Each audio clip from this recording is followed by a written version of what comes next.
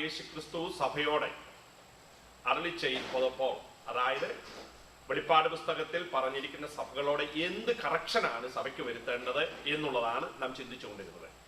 കഴിഞ്ഞ 6 സൺഡേയിൽ നാം ആദ്യത്തെ 6 സഭകളോടുള്ള ദൈവത്തിന്റെ ദൂത് നാം ശ്രദ്ധിച്ചു. ഇന്ന് അവസാനത്തെ സഭയായ ലവോദിക്ക സഭയെ കുറിച്ച് കർത്താവ് ആഗ്രഹിക്കുന്ന വ്യതിയാനങ്ങൾ എന്താണെന്നുള്ളതാണ് നാം ചിന്തിക്കുന്നത്. അതിനുവേണ്ടി വെളിപ്പാട് പുസ്തകം 3-ാം അധ്യായത്തിന്റെ ആരംഭ ഭാഗം തുടങ്ങി നമുക്ക് വായിക്കാം. അതായത് 14-ാം വാക്യം ലവോദിക്ക സഭയെ കുറിച്ച് പറയുന്നതിന്റെ ആരംഭം. ലവോദിക്കയിലെ സഭയുടെ ദൂതൻ എഴുതുക, വിശ്വസ്തനും സത്യാനുമായി സാക്ഷിയായി ദൈവസൃഷ്ടിയുടെ ആരംഭമായി ആമേൻ എന്നുള്ളവൻ അരുളി ചെയ്യുന്നത്, ഞാൻ നിന്റെ പ്രവൃത്തി അറിയുന്നു. നീ ഉഷ്ണവാനല്ല ശീതവാനുമല്ല. ശീതവാനോ ഉഷ്ണവാനോ ആയിരുന്നുവെങ്കിൽ കൊള്ളാമായിരുന്നു. ഇങ്ങനെ ശീതവാനുമല്ല ഉഷ്ണവാനുമല്ല, ശീതോഷ്ണവാനാകിയാൽ നിന്നെ എന്റെ വായിൽ നിന്ന് ഉമിണ്ണുകളയും.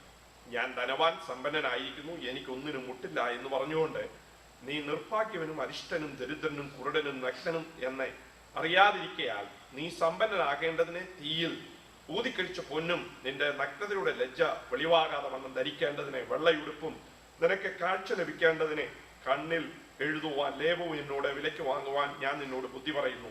എനിക്ക് പ്രിയമുള്ളവരെയൊക്കെയും ഞാൻ ശാസിക്കുകയും ശിക്ഷിക്കുകയും ചെയ്യുന്നു. ആകയാൽ നീ ജാഗ്രതയുള്ളവനായിരിക്കുക, മാനസാന്തരപ്പെടുക. ഞാൻ വാതിൽക്കൽ നിന്ന് മുട്ടുന്നു. ആരെങ്കിലും എന്റെ ശബ്ദം കേട്ട് വാതിൽ തുറന്നാൽ ഞാൻ അവന്റെ അടുക്കൽ ചെന്ന് അവനോടും അവൻ എന്നോടും കൂടെ അത്താഴം കഴിക്കും. അപ്പോൾ ഇവിടെ കർത്താവ് സഭയോട് വന്ന് വളരെ വ്യക്തമായി സംസാരിക്കുകയാണ്. ഈ സഭയെ കുറിച്ച് നന്നായിട്ട് കർത്താവിന് അറിയാം. അറിഞ്ഞിട്ട് പറയുകയാണ്, നീ ഞാൻ ഉദ്ദേശിക്കുന്ന നിലയിലല്ല നിന്റെ ജീവിതം. നീ കോംപ്രമൈസ് ചെയ്തിരിക്കുന്നു. നീ ചൂടാകല്ല തണുപ്പുമല്ല, പിന്നെ അതിന്റെ നടുവില് ഒരു സ്ഥിതിയിലാണ്. നീ മിത ശീതോഷ്ണവാനായിരിക്കുന്നു എന്ന് പറഞ്ഞാൽ വാട്ടവെള്ളം എന്നാണ് അതിന്റെ ഒറിജിനൽ ഉപയോഗിച്ചിരിക്കുന്നത്. വെറും വാട്ടവെള്ളം, തണുത്തതും അല്ല ചൂടുമല്ല. അപ്പോൾ അത് രണ്ടും കൂടെ കൂട്ടിക്കലർത്തിയെന്നാണ് അതിന്റെ അർത്ഥം. ചൂടും തണുത്തതും കൂടെ കൂട്ടിക്കലർത്തിയതാണ് വാട്ടവെള്ളം. ആ വാട്ടവെള്ളത്തെ ഞാൻ തുപ്പിക്കളയും. ഇതാണ് അവിടെ പറഞ്ഞിരിക്കുന്നത്. അതുകൊണ്ട് നീ ആരായിരിക്കണം? ഒന്നുകിൽ ചൂടുള്ളവനായിരിക്കണം, അല്ലെങ്കിൽ തണുപ്പുള്ളവനായിരിക്കണം. കോംപ്രമൈസ് കർത്താവ് ഇഷ്ടപ്പെടുന്നില്ല. ഇതാണ് അതിലത്തെ ചുരുക്കം. നീ വളരെയധികം കോംപ്രമൈസ് ചെയ്തിരിക്കുന്നു. അതാണ് അവിടുത്തെ സന്ദേശം. അപ്പോൾ കർത്താവ് കോംപ്രമൈസിനെ എതിർക്കുന്നു. എന്തുകൊണ്ടാണ് നാം കോംപ്രമൈസ് ചെയ്യുന്നത്? പലപ്പോഴും ആത്മീയ ലോകത്തിൽ ഇന്ന് ധാരാളം കോംപ്രമൈസ് ഉണ്ട്. അപ്പോൾ കർത്താവ് പറയാണ്, ഞാൻ കോംപ്രമൈസ് ഇഷ്ടപ്പെടുന്നില്ല. വേദപുസ്തകത്തിൽ കോംപ്രമൈസ് ചെയ്തവരൊക്കെ പരാജയപ്പെട്ടു പോയിട്ടുണ്ട്. വളരെ ജ്ഞാനിയും വളരെ സമ്പന്നനും വളരെ ഫേമസുമായിരുന്ന ശലോമോൻ കോംപ്രമൈസ് ചെയ്യാൻ നോക്കി. കാരണം മറ്റുള്ളവരെ പ്രസാദിപ്പിക്കാൻ, തൻ്റെ ജീവിതത്തിൽ മറ്റുള്ളവരെ തന്നെ റിജക്റ്റ് ചെയ്യാതിരിക്കാൻ, അല്ലെങ്കിൽ തനിക്ക് ദൈവത്തോടുള്ള താല്പര്യം കുറഞ്ഞിട്ട്. ഇതൊക്കെയാണ് അതിൻ്റെ പശ്ചാത്തലം നമുക്ക് മനസ്സിലാക്കാൻ കഴിയുന്നത്. അപ്പോൾ എപ്പോഴെങ്കിലും നാം കോംപ്രമൈസ് ചെയ്യുന്നുവെങ്കിൽ, ഏതെങ്കിലും കാര്യവുമായി രമ്യതയിൽ പോകുവാൻ ആഗ്രഹിക്കുന്നുവെങ്കിൽ, നമുക്കിഷ്ടമില്ലാത്തതും ദൈവവചനത്തിന് വിരോധവുമായ കാര്യങ്ങളിൽ രമ്യതയിൽ പോകുവാൻ ആഗ്രഹിക്കുന്നെങ്കിൽ, ഒന്നാമത് നാം ചെയ്യുന്നത് ദൈവവചനത്തിന്റെ പ്രസക്തിക്ക് താല്പര്യം കാണിക്കാതിരിക്കുക, അല്ലെങ്കിൽ ദൈവവചനത്തിന് കൊടുക്കേണ്ടുന്ന പ്രാധാന്യം കൊടുക്കാതിരിക്കുക. ഇത് രണ്ടിലാണ് നമുക്ക് അതിലേക്ക് വീഴുവാൻ പറ്റുകയുള്ളൂ.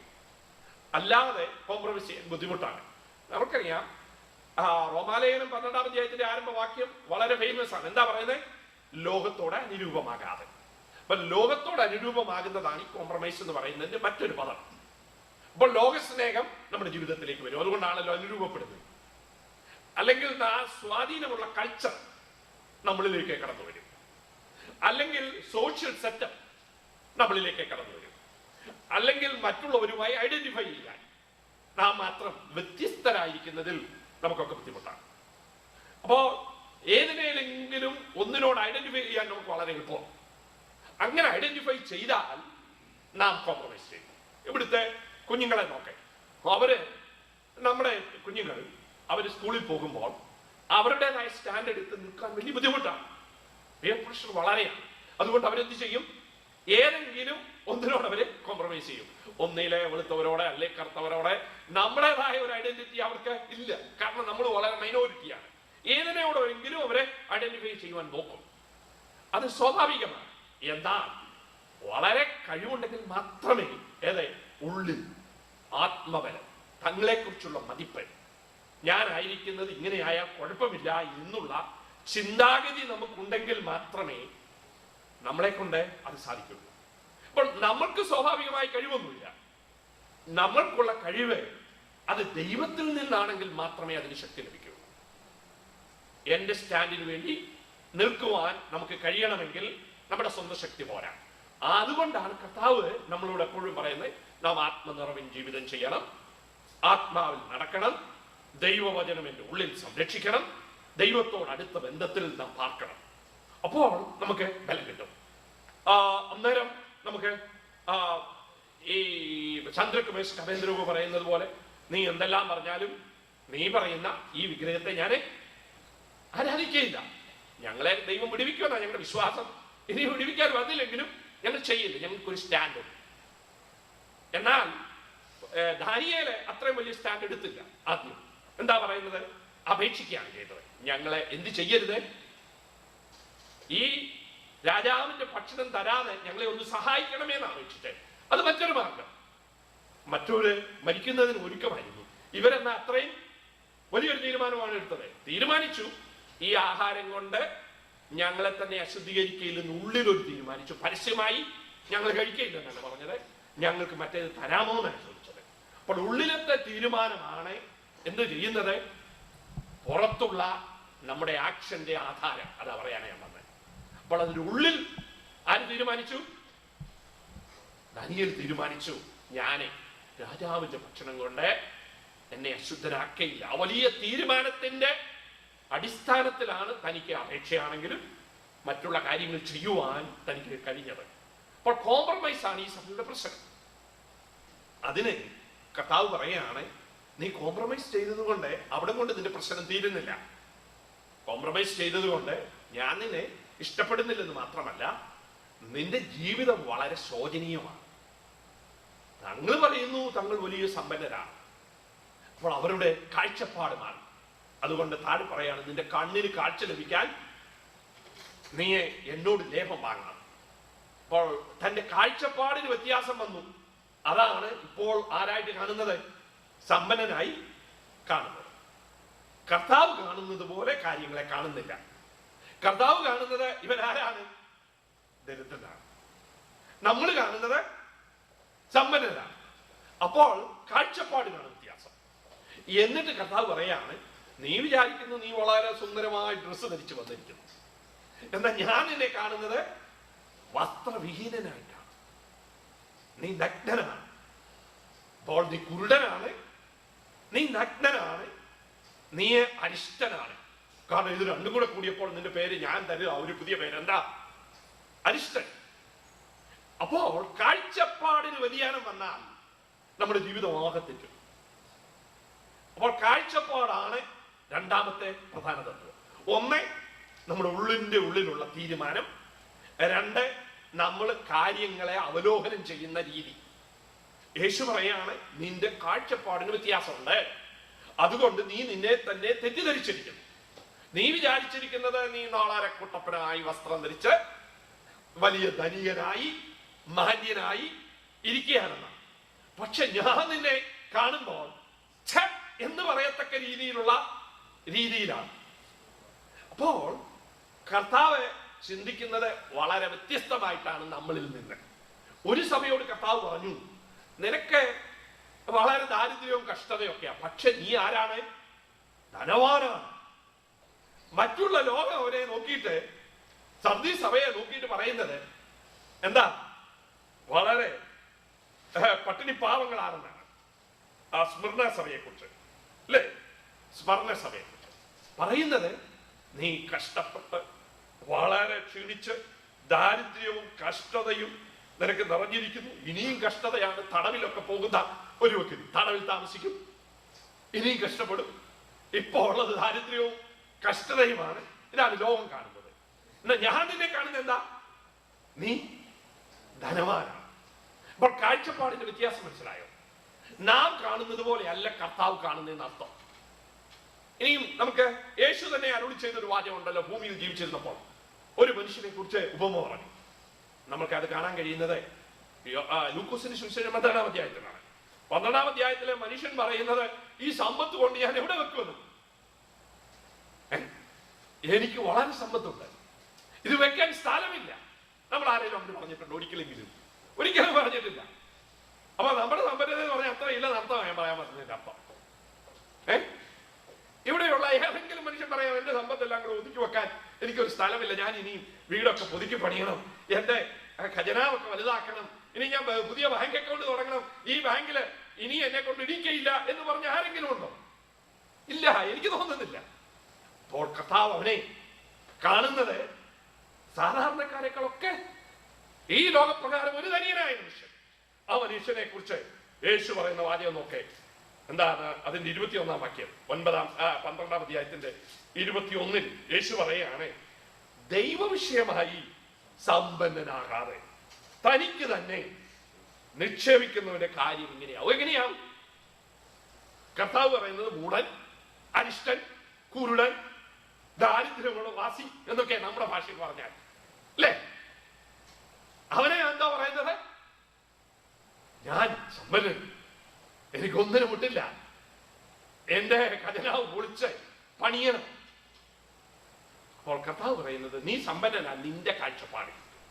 എന്റെ കാഴ്ചപ്പാടിൽ സമ്പന്നനാകണമെങ്കിൽ ദൈവവിഷയമായി സമ്പന്നനാകും.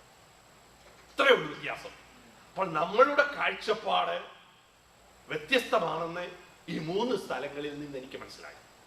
നമ്മൾ ലോകത്തെ കാണുന്നത് മിടുക്കൻ, നമ്മുടെ അനുഗ്രഹം എന്ന് പറയുന്നതെല്ലാം, നിങ്ങൾ വലിയ കോൺഫറൻസിനും കാര്യങ്ങൾക്കൊക്കെ പോയാൽ അവിടെ ആരെങ്കിലും ഒരാളെങ്കിലും പരാമർശിക്കുന്നിരിക്കുന്നില്ല. നമ്മൾ വണ്ടോലപ്പുരയിലായിരുന്നു, ഇപ്പൊ നോക്കിക്കേ, കാർ നോക്കിക്കേ, നമ്മുടെ സാഹചര്യം നോക്കിക്കേ, നമ്മുടെ പിള്ളേരുടെ വിദ്യാഭ്യാസം നോക്കിക്കേ, നമ്മുടെ വീട് നോക്കിക്കേ, പറയാത്ത ഒരു കോൺഫറൻസ് പോലും ഞാൻ കണ്ടിട്ടില്ല. അപ്പൊ അതിന്റെ അർത്ഥം എന്താ? നമ്മളെ ഈ സഭയോട് ഐഡന്റിഫൈ ചെയ്യുക. കർത്താവ് പറഞ്ഞ ഈ മൂഢനോട് ഐഡന്റിഫൈ ചെയ്യുക. നമ്മൾ പറയുന്നുണ്ടോ, നമ്മള് 50 വർഷം മുമ്പ് ആത്മീയമായി എത്ര ഉന്നതത്തിലായിരുന്നു, ഇപ്പോൾ നമ്മുടെ സ്ഥിതി നോക്കിക്കേ, അതിനേക്കാൾ ഉന്നതമായിരിക്കുന്നു. നമ്മുടെ കുഞ്ഞുങ്ങളെല്ലാം പരിശുദ്ധാത്മാവിൽ നിറഞ്ഞ് അവരെ കർത്താവിന്റെ ഹിതപ്രകാരം കാത്തിരിക്കുന്നു, ഇല്ലേ? എന്തെങ്കിലും അവരുടെ ജീവിതത്തിൽ കുഴപ്പമുണ്ടെങ്കിൽ അവരെ ഒന്ന് കൺവെർസ് ചെയ്ത് കർത്താവിന്റെ സന്നിധാനത്തിൽ കാത്തിരിക്കുന്ന ഒരു വലിയ തലമുറയാണെന്ന് പറയുന്ന മീറ്റിംഗ് എവിടെയെങ്കിലും നിങ്ങൾ കേട്ടിട്ടുണ്ടോ? അപ്പോൾ നമ്മുടെ കാഴ്ചപ്പാടിന് വ്യത്യാസം വന്നു. നമ്മൾ ധനവാനാണ് നമ്മുടെ കാഴ്ചപ്പാട്. കർത്താവിന്റെ കാഴ്ചപ്പാടിൽ ദൈവവിഷയമായി സമ്പന്നനാകുന്നവനാണ് സമ്പന്നൻ. അത് സ്മുർന്നാ സഭയെ കുറിച്ച് കർത്താവ് പറയുന്നു, നീ ധനവാനാകുന്നു, നിനക്ക് കഷ്ടതയുണ്ട്, ദാരിദ്ര്യമുണ്ട്, നിനക്ക് ഇനിയും കഷ്ടത വരാൻ പോകുന്നു, നിന്നെ ചിലര് ജയിലിലിടാൻ പോകുന്നു. ജയിലിൽ പോയി കിടക്കുന്ന കഷ്ടപ്പെട്ട ദാരിദ്ര്യം അനുഭവിക്കുന്ന പൈതലിന്റെ കൂടെ ഉണ്ടായിരുന്നത് എന്താണെന്ന് ദൈവം കണ്ടു. ഇതാണ് ഇവർക്ക് നഷ്ടപ്പെട്ടത്. അപ്പോൾ ഒരു സഭയ്ക്കുള്ളത് വേറെ സഭയ്ക്കില്ല. അതാണ് കർത്താവ് പറയുകയാണ്, നിന്റെ ജീവിതം വളരെ ശോചനീയമാണ്. ശോചനീയമായിരിക്കാൽ നീ എന്തോ ചെയ്യണം? ധനവാനാകാൻ നീ എന്റെ അടുക്കൽ വന്ന് പൊന്നു വാങ്ങണം. ഇതാ പറഞ്ഞിരിക്കുന്നത്. ലോകത്തിന്റെ പൊന്നു പറ്റിയില്ല, അങ്ങനെ പറഞ്ഞിരിക്കുന്നത്. നോക്കി, അവിടെ ആ വാക്യത്തിൽ കർത്താവ് പറയുകയാണ്, നീ എന്റെ അടുക്കലേക്ക് വരണം, വന്നാൽ മാത്രമേ നിനക്ക് അതിൽ നിന്ന് ഉദ്ധാരണമുള്ളൂ. ഒഴികെ അത് നീ സമ്പന്നനാകേണ്ടത് തീയിൽ ഊതിക്കഴിച്ച പൊന്നും, നിന്റെ നഗ്നതയുടെ ലജ്ജ വെളിവാകാതെ ധരിക്കേണ്ടത്, വെള്ളയുടുപ്പും നിനക്ക് കാഴ്ച ലഭിക്കേണ്ടത്, കണ്ണിലെഴുതുവാൻ ലേവവും എന്നോട് വിലയ്ക്ക് വാങ്ങുക. അവിടെ ആ വിഷയം. വേറെ എങ്ങും പോയാലും ഇത് കിട്ടത്തില്ല. അപ്പൊ അതാണ് ഞാൻ അണ്ടർലൈൻ എഴുതി വെച്ചിരിക്കുന്നത്. നമുക്ക് ലോകത്തിൽ വേറെ എവിടെയെങ്കിലൊക്കെ പോയാൽ വലുതൊക്കെ പ്രാപിക്കാൻ കഴിയും. പക്ഷെ കർത്താവിന്റെ അടുക്കൽ വരണം, കർത്താവ് നൽകണം. ഇത് പൊന്നാണെന്ന് പറയാൻ, അല്ലാത്ത പൊന്നിനൊന്നും ഒരു വിലയുമില്ല.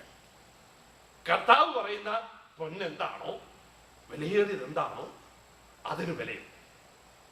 അപ്പോൾ നമ്മുടെ ജീവിതം കർത്താവിന്റെ കാഴ്ചപ്പാടിൽ ശരിയില്ലെങ്കിൽ എന്തെല്ലാം ഉണ്ടെന്ന് പറഞ്ഞാലും യാതൊരു അർത്ഥവുമില്ല. ലോക സ്നേഹം നമ്മളിലേക്ക് കടന്നുകൂടിയാൽ ഇങ്ങനെ സംഭവിക്കാം. കാരണം ലോകത്തിലുള്ളതിന് അതിനോട് താതാത്മ്യപ്പെടുക, അതിനോട് നാം ഐക്യമത്യപ്പെടുക, ഇതൊക്കെ ചെയ്താൽ കർത്താവ് പറയും, നിനക്ക് പൊന്നുണ്ട്, എന്റെ പൊന്നില്ല. നമ്മള് ലോകത്തിൽ ഏറ്റവും പ്രൗഢിയായിട്ടുള്ള മനുഷ്യരൊക്കെ ഒരുങ്ങിപ്പോന്നൊക്കെ കണ്ടിട്ടുണ്ട്. വളരെ വിലയേറിയ രത്നമൊക്കെയാണ് ഇരിക്കുന്നത്. ലോകത്തിലെ ഏറ്റവും വലിയ രത്നം ഏതാ? കോഹിനൂർ. അതാരുടെ തലയില? രാജ്ഞിയുടെ മകുടം, അതാ കിരീടത്തിന്റെ മുകളിലാണ് അത് വെച്ചിരിക്കുന്നത്. പല പ്രാവശ്യം ഇന്ത്യക്കാർ ചോദിച്ചു അങ്ങനെ തിരിച്ചാണ് നിങ്ങൾ പൊട്ടിച്ചോണ്ടൊക്കെ അവർ കൊടുക്കത്തില്ല. കാരണം അറിയപ്പെടുന്ന വലിയ ഈ രത്നം അറിയപ്പെടുന്നതിൽ ഏറ്റവും പ്രസിദ്ധിയായ സ്ത്രീയുടെ കിരീടത്തിന്റെ മുകളിലാണ് വെച്ചിരിക്കുന്നത്. അപ്പോൾ അതിന് വലിയ വിലയാണ്. എന്നാൽ കർത്താവിന് ഇതെന്താണ്? ഒന്നുമില്ല. അതേ പറയാൻ വന്നത്. ഇത്രയും കാര്യങ്ങൾ സൃഷ്ടിച്ച ദൈവത്തിന്, സകലത്തെയും നിയന്ത്രിക്കുന്ന കർത്താവിനെ ഇതെന്തുണ്ട്? ഈ ഭൂമിയിലുള്ള കണ്ടുപിടിച്ചതിലോ ഏറ്റവും വലിയൊരു ഡയമണ്ട്. അതിനെ കുറിച്ച് എന്ത് പറയാൻ പറ്റും? ഈ ഭൂമി തന്നെ എന്തുള്ളു? കർത്താവിന്റെ പാദപീഠമാണെന്ന് പറഞ്ഞു. എന്ന് പറഞ്ഞാൽ കാല് വെക്കാൻ കൊള്ളുന്ന സ്ഥലം. അല്ല എന്താ? നമ്മളെ വീട്ടിലെ ഒരുപാട് സാധനമുണ്ട്, പക്ഷേ നമ്മുടെ കാല് വെക്കാൻ ഒരു ചകിരിപറ്റ കൊണ്ടുവെക്കാറുണ്ട്. അത് നമ്മളെല്ലാം കൂടെ എന്തെടുക്കും? ബെഡിന്റെ കീഴിൽ വെച്ചിട്ടാണ് പലയിടത്തും പോകുന്നത്. അല്ല. അപ്പോൾ കർത്താവ് അതിന് ഈ ഭൂമിക്ക് അത്രയും സ്ഥാനമേ ഉള്ളൂ. ലോക്കിയൊക്കെയാണ്. അപ്പൊ അവിടെയുള്ള മനുഷ്യൻ, ആ മനുഷ്യനിലുള്ള പണം, ആ പണത്തിൽ ഒരു അംശം നമുക്ക് ഇങ്ങോട്ട് കിട്ടിയപ്പോൾ നാം വിചാരിക്കും നാം സമ്പന്നൻ. അതുകൊണ്ടാണ് കർത്താവ് യൂദയെ മാറ്റാനെന്ന് എന്റെ വിശ്വാസം. നമുക്കാണ് $1000 മോട്ടിച്ചാ വലിയ മോഷണമായി വരുന്നത്. കർത്താവ് പറയുന്നത് എന്താ? ഒന്നുമില്ല. അവനെ ഇച്ചിരി പൈസ എടുത്തു, നീ ഇനിയും ചെയ്യാനുള്ളത് വേഗം ചെയ്തോളാനും പറഞ്ഞു. നിന്റെ പ്രവൃത്തി നീ ചെയ്തോ. കർത്താവിനെ അത് ബാധിക്കുന്നില്ല. നമ്മളെ ബാധിക്കും. കാരണം ഇതാണ് നമ്മുടെ ധനം, ഇതാണ് നമ്മുടെ വലുപ്പം, ഇതിലാണ് നമ്മുടെ ജീവിതം, ഇതിലാണ് നമ്മുടെ സ്റ്റാറ്റസ്, ഇതിന്റെ കെയർ ഓഫിലാണ് നമ്മുടെ മഹിമ. നാം ആരാണെന്ന് ഡിഫൈൻ ചെയ്യുന്നത് ഇന്ന് ലോകത്തിൽ ഇതിന്റെയൊക്കെ കെയർ ഓഫിലാണ്. എന്നാൽ കർത്താവ് ഡിഫൈൻ ചെയ്യുന്നത് വ്യത്യസ്തമായിട്ടാണ്. അപ്പോസ്തലനായ പൗലോസ് പറയുകയാണ്, എന്റെ കയ്യിൽ സത്യത്തിൽ ഒന്നുമില്ല, അതാ താൻ ചുരുക്കം പറയുന്നത്. കുഞ്ഞെ, എന്റെ കൂടെ ആരുമില്ല, എനിക്കൊരു ഉറപ്പ് പോലുമില്ല. ആകെ എനിക്ക് വേണ്ടുന്നത് മരിക്കാൻ ജയിലിൽ കിടക്കുന്ന ആ ബൈബിൾ ഒന്ന് കൊടുത്താണ്. നമ്മുടെ ഭാഷയിലാണെങ്കിൽ അതാണ്. അങ്ങനെ പറയുന്ന മനുഷ്യൻ പറയാ, എനിക്ക് എപ്പോഴും സംതൃപ്തിയായിരിക്കാൻ കഴിയും. എന്തുകൊണ്ടാണെന്ന് അറിയാമോ? താൻ പറഞ്ഞു തനിക്കുള്ളതെല്ലാം കൊടുത്തതാണ്. ഇല്ലാത്ത വ്യക്തികളാണ് ഉണ്ടാക്കാൻ ശ്രമിക്കുന്നത്. ഉള്ളവനെ അവനത് സംതൃപ്തമായി വന്നതുകൊണ്ട് അതൊരു പ്രശ്നമല്ല. താൻ പറയുന്നു, എനിക്ക് ഉണ്ടായിരുന്നതില്ല, ക്രിസ്തു നിമിത്തം ഞാൻ ചപ്പുചോർന്ന് തന്നെ. അപ്പോൾ ഒന്നും ക്രിസ്തു മുഖാന്തരം താൻ ഈ ഭൗതികമായത് ഉണ്ടാക്കാൻ നോക്കിയില്ലെന്നർത്ഥം. താൻ ഉണ്ടാക്കാൻ നോക്കിയത് മുഴുവൻ ക്രിസ്തുവിനെ നേടണമെന്ന് ഓർത്തു. നമുക്ക് തമ്മിലുള്ള വ്യത്യാസം, ക്രിസ്തുവിന്റെ അനുഗ്രഹങ്ങളെന്ന് നാം പറയുന്ന ചില കാര്യങ്ങൾ എടുക്കുവാൻ നാം ബന്ധപ്പെട്ടോടുമ്പോൾ ക്രിസ്തുവിനെ നേടുവാൻ താൻ ബന്ധപ്പെടുകയായി. ക്രിസ്തു ഉണ്ടെങ്കിൽ പിന്നെ തനിക്കെല്ലാം ഉണ്ട് എന്നുള്ള ചിന്തയായി. എല്ലാവരും എന്നെ കൈവിട്ടു, ഏഷ്യയിലുള്ളവരും എന്നെ കൈവിട്ടു, പക്ഷേ കർത്താവ് എനിക്ക് തുടരുന്നു. എന്നെ കുറിച്ചുള്ള കർത്താവിന്റെ ഉദ്ദേശം നിവർത്തിപ്പാൻ അവൻ എന്നെ ശക്തീകരിച്ചു. ഇനിയും ശക്തീകരിക്കും, മേലിലും ശക്തീകരിക്കും. അതാണ് ക്രിസ്തുവിനെ നേടിയാൽ ഉള്ള ഗുണം. അപ്പോൾ താൻ പറയുന്നു, ഈ വസ്തുതകളല്ല എൻ്റെ ജീവിതത്തിന്റെ ലക്ഷ്യം. അതൊക്കെ ഉണ്ടായിരുന്നത് ഞാൻ ക്രിസ്തുവിനെ നേടേണ്ടതിനെ വിട്ടുകൊടുത്തു. എൻ്റെ കയ്യിൽ കുറെ സാധനങ്ങൾ ഉണ്ടായിരുന്നു.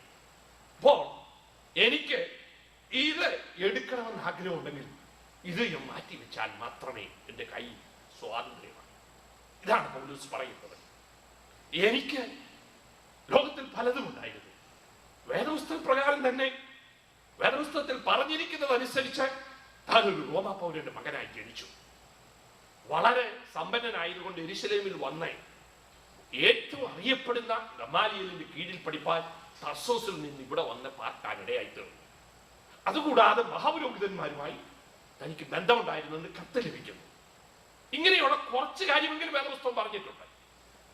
അപ്പോൾ അതുകൊണ്ട് താൻ വേദപുസ്തക പ്രകാരം തന്നെ നമ്മളിൽ കേരളത്തിൽ നിന്ന് പണം മുടക്കി ഇവിടെ വന്ന് ആരെങ്കിലും സ്വയമായി പഠിച്ച് പോകുന്ന ഒരു സ്റ്റുഡൻസിന്റെ പേരൻസിന്റെ അത്രയും, അല്ലെ ഒരു സ്റ്റുഡന്റിന്റെ പേരൻസിന്റെ അത്രയെങ്കിലും സ്വാധീനം അന്ന് തനിക്കുണ്ടായിരുന്നു. എന്ന് വച്ചാൽ അവിടെ കൊണ്ട് തീരുന്നില്ല. റോമാ പൗരന് മാത്രം പ്രത്യേക ആനുകൂല്യങ്ങൾ ഉണ്ടായിരുന്നു. നമ്മളിപ്പം കേരളത്തിൽ നിന്ന് നമുക്ക് ഇവിടെ ഇമിഗ്രേഷൻ കിട്ടി എല്ലാം കഴിഞ്ഞാലേ ഇവിടുത്തെ സിറ്റിസൺ ആകാൻ പറ്റുള്ളൂ. മറ്റേത് അങ്ങനല്ല, വരുമ്പം തന്നെ തനിക്ക് ആനുകൂല്യങ്ങളുമായിട്ടാണ് താൻ മടങ്ങി വരുന്നത്.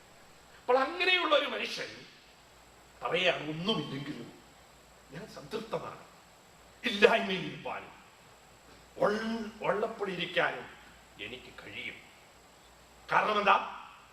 താൻ ക്രിസ്തുവിനെ നേടി. നേടാമോന്ന് ഞാൻ വിചാരിച്ച് നേടിയെന്നൊന്നും പറയുന്നില്ല, അതിന് വേണ്ടി ഞാൻ ശ്രമിക്കുകയാണ്. അവസാനം ഞാൻ പറയുന്നു, എനിക്ക് വളരെ സാറ്റിസ്ഫൈഡ് ആണ്, ഞാൻ ചെയ്തതിനെ കുറിച്ച് എനിക്ക് സാറ്റിസ്ഫൈഡ് ആണ്, എൻ്റെ ജീവിതത്തെ കുറിച്ച് ഞാൻ സന്തോഷവാനാണ്. ഞാൻ അങ്ങോട്ട് പോകുകയാണ്, ആരുടെ അടുത്ത്? കർത്താവിന്റെ അടുക്കലേക്ക് പോകുന്നു. അതിൽ ഞാൻ വളരെ സംതൃപ്തനാണ്. അങ്ങനെയുള്ളൊരു കാഴ്ചപ്പാട് തനിക്കുണ്ടാകായപ്പോൾ നമ്മൾ അതിന് വ്യത്യസ്തമായ കാഴ്ചപ്പാടിലാണ് നടക്കുന്നത്. നമ്മള് യേശു കണ്ട ഒരു ലൈഫ് അല്ല നമ്മുടെ ജീവിതത്തിൽ കാണുന്നത്. യേശു അപ്പോസ്തലന്മാർ അനുഭവിച്ചതിൽ നിന്ന് വ്യത്യസ്തമായിട്ടാണ് ഇവിടെ കാണുന്നത്. അപ്പോൾ യേശു ലോകത്തിൽ നിന്ന് പോയ ഉയർത്തെഴുന്നേറ്റിട്ട് ഡയറക്റ്റ് സംസാരിക്കുന്ന കാര്യങ്ങളാണ് ഈ 6 സഭകളിൽ പറയുന്നത്. നാം ഇപ്പം കാണുന്ന 7 സഭയിൽ. അപ്പോൾ മൊത്തം 7 സഭകളോട് സംസാരിക്കുമ്പോൾ ആകപ്പാടെ പറയുന്നതിന്റെ ഉദ്ദേശം, ഈ കോംപ്രമൈസ് എനിക്ക് ഇഷ്ടമില്ല. അത് തൈത്തീരിയ സഭയോട് പറയുന്നുണ്ട്, പെർഗമോസിനോട് പറയുന്നുണ്ട്. പക്ഷെ ഇവിടെ കൂടുതൽ ശക്തമായി പറയുന്നു, നിങ്ങളുടെ കാഴ്ചപ്പാടിന് തകരാറുണ്ട്. നിങ്ങളുടെ ധനം എന്ന് നിങ്ങൾ ഡിഫൈൻ ചെയ്യുന്നത് തെറ്റിദ്ധാരണയാണ്. നിങ്ങളുടെ വസ്ത്രം എന്ന് പറയുന്നത് പ്രശ്നമാണ്. നിങ്ങളുടെ കണ്ണിന് നിങ്ങൾക്ക് കുഴപ്പമുണ്ട്. അപ്പോൾ യേശു ഇത് പറയുമ്പോൾ പത്രോസ് പറയുന്നത്, നിങ്ങളുടെ ജീവിതത്തിൽ ചില കാര്യങ്ങൾ ഉണ്ടെങ്കിൽ കുറെ ലിസ്റ്റ് പറഞ്ഞിട്ട് പറയുകയാണ്, നിങ്ങള് ഹ്രസ്വദൃഷ്ടിയുള്ളവനോ കുരുടനോ ആയിരിക്കില്ല. ഹ്രസ്വദൃഷ്ടി എന്ന് പറഞ്ഞാൽ അടുത്തുള്ളത് കാണുന്നത്, കുരുടെന്ന് പറഞ്ഞാൽ ഒട്ടും കാണാത്തത്. ഇത് രണ്ടും ആകത്തില്ല. പിന്നെ ആരായിരിക്കും? കാഴ്ചയുള്ളവനായിരിക്കും. യേശുക്രിസ്തു ഒരു കുരുടനെ സൗഖ്യമാക്കിയ ശേഷം പറയുന്നുണ്ട്, ഇവരുടെ പ്രശ്നം ഇവർ കാണുന്നു എന്ന് പറഞ്ഞിട്ട് കാണാത്തതാണ്. കുരുടൻ എന്ത് അറിയാം? അവന് കാഴ്ചയില്ലെന്നറിയാം. കുരുടന്മാർ വന്നവനോട് യേശു ചോദിച്ചു, കുഞ്ഞെ നിനക്ക് എന്താ വേണം? എനിക്ക് കാഴ്ച. എന്നാൽ യേശുക്രിസ്തു ദുഃഖിച്ചൊരു സന്ദർഭമുണ്ട്. അത് കാണുന്നു എന്ന് പറഞ്ഞിട്ട് ഇവർ കാണുന്നില്ല എന്നുള്ളത്. നമുക്ക് വായിക്കാം വാക്യം. യോഹന്നാന്റെ സുവിശേഷം 9-ാം അധ്യായത്തിലാണ് അത് പറഞ്ഞിരിക്കുന്നത്. അവിടെ യേശു ആ കാര്യങ്ങളെല്ലാം വലിയൊരു സംവാദവും കാര്യങ്ങളും ഒക്കെ ഉണ്ടായ ശേഷം അവസാനം പറഞ്ഞു നിർത്തുന്ന ഭാഗമാണത്. എന്താണെന്നറിയാമോ? അമേൻ അമേൻ 9-ന്റെ അവസാനം. യേശു അവരോട്, നിങ്ങൾ കുരുടരായിരുന്നുവെങ്കിൽ നിങ്ങൾക്ക് പാപമില്ലായിരുന്നു. എന്നാൽ ഞങ്ങൾ കാണുന്നു എന്ന് നിങ്ങൾ പറയുന്നത് കൊണ്ട് നിങ്ങളുടെ പാപം നിലനിൽക്കുന്നു എന്ന് പറയും. അപ്പൊ കുരുടനായിരുന്നെങ്കിൽ നിങ്ങളെ കാണത്തില്ല. ഇത് നിങ്ങൾ കുരുടരല്ല, കാണുന്നവരാണെന്ന് പറഞ്ഞിട്ട് കാണേണ്ടത് കാണുന്നില്ല. ഇതാണ് അവരെ സംബന്ധിച്ചുള്ള പ്രോബ്ലം. നിങ്ങൾ കാണുന്നു എന്ന് പറയുന്നത് കൊണ്ട് നിങ്ങൾക്ക് പാപം നിലനിൽക്കുന്നു. അപ്പോൾ അതാണ് കർത്താവ് ഇവരോട് ഓർപ്പിക്കുന്ന കാര്യം. അപ്പൊ അത് തന്നെയാണ് ഈ സഭയോടും പറയുന്നത്. സഭയെ, നീ കാണുന്നതിന് എന്തോ കുഴപ്പമുണ്ട്. ഒരു മനുഷ്യനെ കർത്താവ് സൗഖ്യമാക്കി, അവനൊന്നും കണ്ടിട്ടില്ലെന്നാ പറയുന്നത്. അവനോട് ചോദിച്ചു, നീ എന്തോ കാണുന്നു? മനുഷ്യരെ മരം പോലെ കാണുന്നു. അപ്പൊ മരവും അറിയാം, മനുഷ്യനെയും അവനറിയാം. അല്ലേ? തപ്പി നോക്കിയിട്ട് മനുഷ്യൻ എങ്ങനെയാണെന്നൊക്കെ അറിയാമായിരിക്കും. അതുകൊണ്ടാണ് പറയുന്നത് അത് മരം പോലെ കാണുന്നു. ഇതുപോലാണ് നമ്മുടെ ഈ കാഴ്ചപ്പാട്. മനുഷ്യനാണെന്ന് ചിന്തിച്ച് മരത്തെയാണ് കാണുന്നത്. അപ്പോൾ കർത്താവ് പറഞ്ഞു, നിനക്ക് ഒരു കുഴപ്പമുണ്ട്, അന്നൂടെ തോന്നും. അപ്പോൾ അവനെ ശരിക്കേ കണ്ടു. അപ്പോൾ കർത്താവിന്റെ സ്പർശനം അവന് വേണം. അതാണ് കർത്താവ് പറയുന്നത്, എന്റെ അടുക്കൽ വാ, ഞാൻ നിനക്ക് എന്താ തരാം? കാഴ്ച തരാം, നിന്റെ കാഴ്ചപ്പാട് മാറ്റി തരാം, നിന്നെ ധനവാനാക്കി തരാം, നിന്നെ ഉടുപ്പുള്ളവനാക്കി തീർക്കാം. അല്ല എങ്കിൽ നീ എന്തെല്ലാം പറഞ്ഞാലും ഒരു അർത്ഥവുമില്ല. അപ്പോൾ യേശു അവരെ വിളിക്കുക. എന്നിട്ട് യേശു പറയുക, അവിടെ കൊണ്ട് നിർത്തിയില്ല. നീ ധനവാനാണെങ്കിൽ എൻ്റെ അടുത്ത് വന്ന് പൊന്നു വാങ്ങണം, നിനക്ക് നഗ്നത പറിക്കണമെങ്കിൽ എൻ്റെ അടുത്ത് വന്ന് വസ്ത്രം വാങ്ങണം, നിനക്ക് കാഴ്ച ലഭിക്കണമെങ്കിൽ എൻ്റെ അടുത്ത് വന്ന് ലേപം വാങ്ങണം. എന്നിട്ട് ഞാൻ വാക്കിൽ നിൽക്കുക, ഞാൻ വില്ലിങ്ങ, ഞാൻ നിന്റെ അടുക്കൽ വരാൻ ഇഷ്ടമാണ്, പക്ഷെ ഞാൻ കയറി കൂടത്തില്ല, ഞാൻ വെളിയിലാണ്, നീയുമായിട്ട് എനിക്ക് ഒത്തുപോകാൻ പറ്റാത്തത് കൊണ്ടാണ് വെളിയിൽ നിൽക്കുന്നത്. അതാണ് അടുത്തനുസരിച്ചത്. എന്താ? യേശു അകത്തായിരുന്നു വന്നപ്പോൾ ആരുടെ നടുവിലെ? സഭകളുടെ നടുവിൽ. ഇപ്പം പുറത്ത് നിന്നിട്ട് പറയാ, എനിക്ക് നീയുമായിട്ട് ഒത്തുപോകാൻ ബുദ്ധിമുട്ടായതുകൊണ്ട് നീ പോകുന്നതല്ലേ, നീ വയ്ക്കോ, എന്നാൽ എന്നോട് ഒത്തുപോകണമെങ്കിൽ, നമ്മൾ തമ്മിൽ ആഹാരം കഴിക്കണമെങ്കിൽ നീ എന്റെ അടുക്കൽ വരണം. അപ്പോൾ യേശു പറയുന്നത്, നിനക്ക് എന്നോട് ഫെലോഷിപ്പില്ല. അപ്പൊ എന്തൊക്കെ ഇല്ല? ഒന്ന്, നീ എനിക്ക് കുടിക്കാൻ പറ്റുന്ന, എനിക്ക് രസിക്കാൻ പറ്റുന്ന, എനിക്ക് ഒരു സന്തോഷമായിരിക്കുന്ന രീതിയിൽ അല്ല നീ വാട്ടവളം. അപ്പൊ നിനക്ക് ഒന്നുകിൽ നീ ചൂടാകണം, അതെനിക്ക് കുടിക്കാം, അല്ലെങ്കിൽ നീ തണുപ്പായിരിക്കും, അതും എനിക്കിഷ്ടം. ഇവിടെ പാവിയാണോ ദുഷ്ടനാണോ എന്നൊന്നും ഞാൻ അതിനെ ഇന്റർപ്രറ്റ് ചെയ്യുന്നില്ല. കർത്താവ് പറഞ്ഞത് നീ കുടിക്കുന്ന കാര്യമാണ് ഇവിടുത്തെ എന്തായി ഉപമാനം. എനിക്ക് നിന്നെ കുടിക്കാൻ കഴിയുന്നില്ല, തുപ്പിക്കളയാണോ, മുണ്ടിക്കളയാന്ന് പറഞ്ഞാൽ ജസ്റ്റ് സ്പിറ്റ് ഇറ്റ് ഔട്ട്, അത്രേ ഉള്ളൂ അതിനർത്ഥം. അപ്പൊ ചൂടാണെങ്കിലും എനിക്ക് നിന്നെ കുടിക്കാം, തണുത്തതാണെങ്കിലും നിന്നെ കുടിക്കാം, എനിക്ക് നിന്നെ ആസ്വദിക്കാൻ പറ്റുന്നില്ല. ഒന്ന്. രണ്ടാമത്, നിന്നെ എനിക്ക് നോക്കാൻ പറ്റുന്നില്ല, കാരണം നീ അരിഷ്ടനാണ്, നഗ്നനാണ്, കുരുടനാണ്, വളരെ ദാരിദ്ര്യവാസിയാണ്. അതുകൊണ്ട് എനിക്ക് നിന്നോട് ഒത്തുപോകാൻ പറ്റാത്തതുകൊണ്ട് വെളിയിൽ നിൽക്കുക, ഒത്തുപോകാൻ പറ്റുന്നില്ല. പിന്നെ എന്തെങ്കിലും ഒരു സാധ്യതയുണ്ട്, എന്റെ അടുക്കലേക്ക് നീ ഇരിക്കുന്ന അവസ്ഥയിൽ വന്നാൽ ഞാൻ നിന്നെ സ്വീകരിക്കും. നമുക്കറിയാം മുടിയൻ ദത്തന്റെ ഉപമ. അവൻ പന്നിയുടെ അടുത്തു നിന്നാണ് വന്നത്. പക്ഷേ കർത്താവ് പറഞ്ഞില്ല, നീ പോയി കുളിച്ചിട്ട് വാ, തുണി മാറിയിട്ട് വാ, അതെല്ലാം പിന്നെ തരും. പക്ഷേ യേശു എന്ത് പറഞ്ഞില്ല? നീ മാറുന്നില്ലേ, നിന്നെ നാറുന്നു, ഇതൊന്നും കർത്താവ് പറഞ്ഞില്ല. അപ്പോൾ കർത്താവ് നമുക്ക് വീണ്ടും അവസരം തരിക. അപ്പോൾ ഈ സഭയോട് പറയുന്നത്, ഞാൻ നിന്നെ ടോട്ടലായി എഴുതി തള്ളിയിട്ടില്ല, അതാണ് പറയുന്നത്. ഞാൻ നിന്നെ കുറിച്ച് കൺസേൺ, നമുക്ക് ഒത്തുപോകുവാൻ വലിയ ബുദ്ധിമുട്ടാണ്.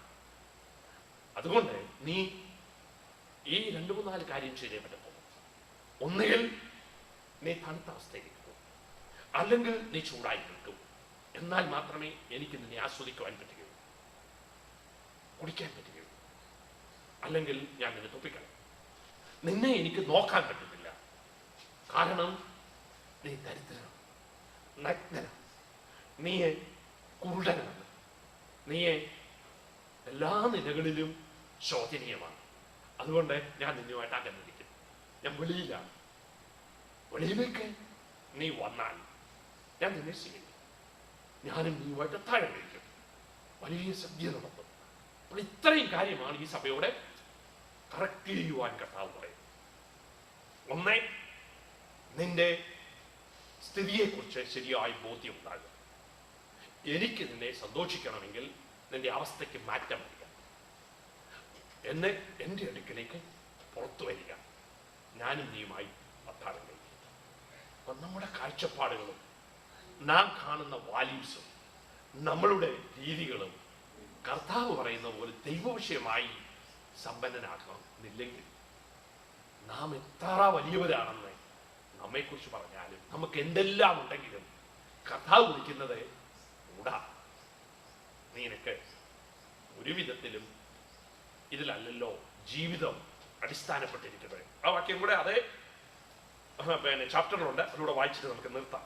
12 ലൂക്കോസിന്റെ സുവിശേഷം 12-ാം അധ്യായത്തിൽ പറയാണ്, ഒരുത്തിന് സമൃദ്ധി ഉണ്ടായാലും 15-ാം വാക്യം, അവന്റെ വസ്തുവകയല്ല അവന്റെ ജീവനിൽ ആധാരമായിരിക്കുന്നു.